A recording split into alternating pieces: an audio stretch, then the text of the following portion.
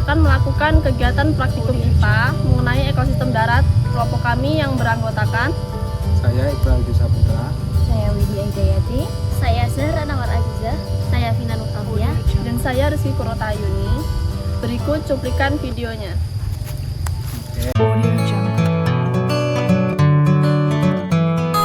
Hai teman-teman, kali ini kita akan bahas tentang ekosistem. Kalian tahu nggak sih apa yang dimaksud dengan ekosistem?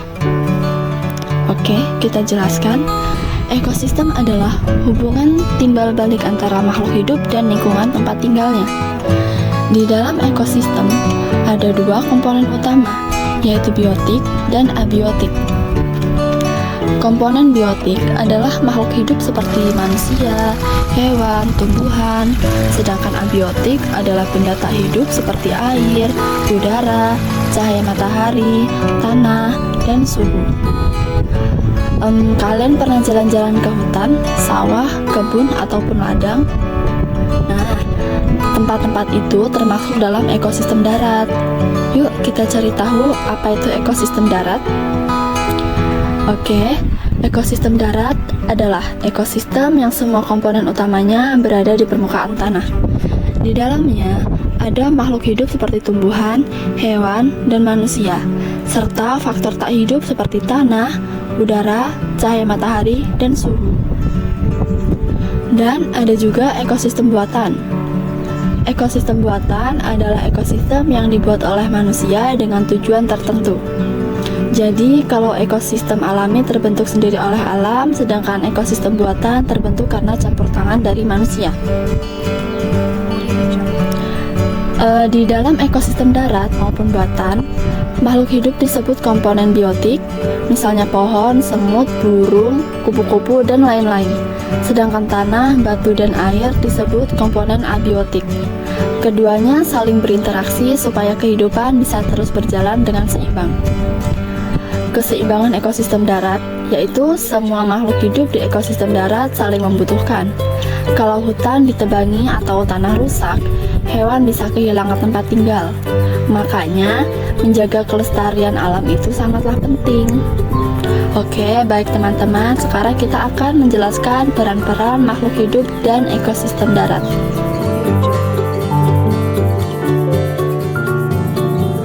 Baik teman-teman, sekarang kita akan menjelaskan peran-peran makhluk hidup dalam ekosistem darat. Yang pertama ada hewan jangkrik. Jangkrik berperan sebagai pengurai dan konsumen tingkat rendah. Mereka memakan sisa-sisa tumbuhan atau bahan organik yang membusuk sehingga membantu proses penguraian dan penyuburan tanah. Selain itu, jangkrik juga menjadi sumber makanan bagi burung, reptil, dan hewan kecil lainnya. Oke, baik, yang selanjutnya ada kupu-kupu. Kupu-kupu memiliki peran penting sebagai penyerbuk bunga saat menghisap nektar. Dengan membantu proses penyerbukan, kupu-kupu mendukung perkembangbiakan tumbuhan dan menjaga kelangsungan keanekaragaman hayati. Selanjutnya yaitu ada semut.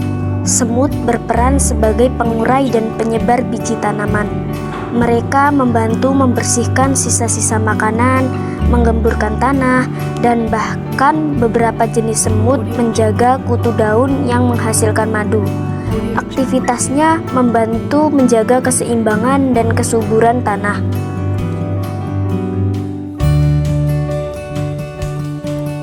Baik teman-teman, selanjutnya yaitu hewan laba-laba.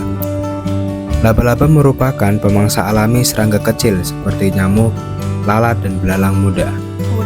Perannya penting untuk mengendalikan populasi hama agar tidak merusak tanaman di ekosistem darat.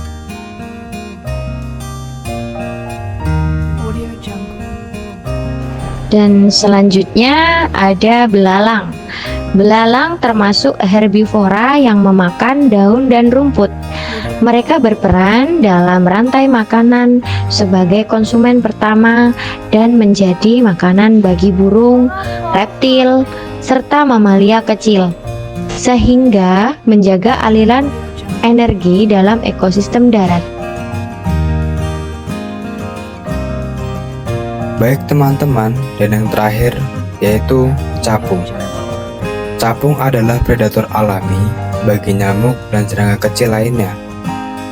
Mereka membantu mengendalikan populasi serangga pengganggu serta menjadi indikator kualitas lingkungan karena hanya hidup di tempat yang bersih dan sehat.